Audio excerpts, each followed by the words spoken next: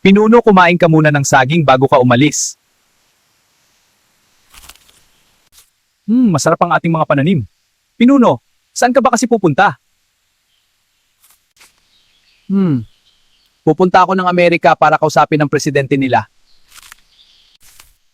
Kakausapin ko na wag tayong idadamay sa labanan nila. Dahil kapag idadamay nila tayo sa laban nila, matitikman nila ang ating sandatahang hukbo.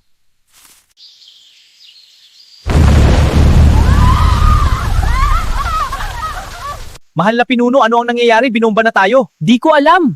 Paano na ito, pinuno?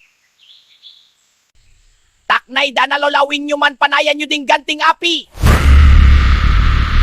Dito lang kayo at pupuntahan ko ang ating mga kasamahang hukbo.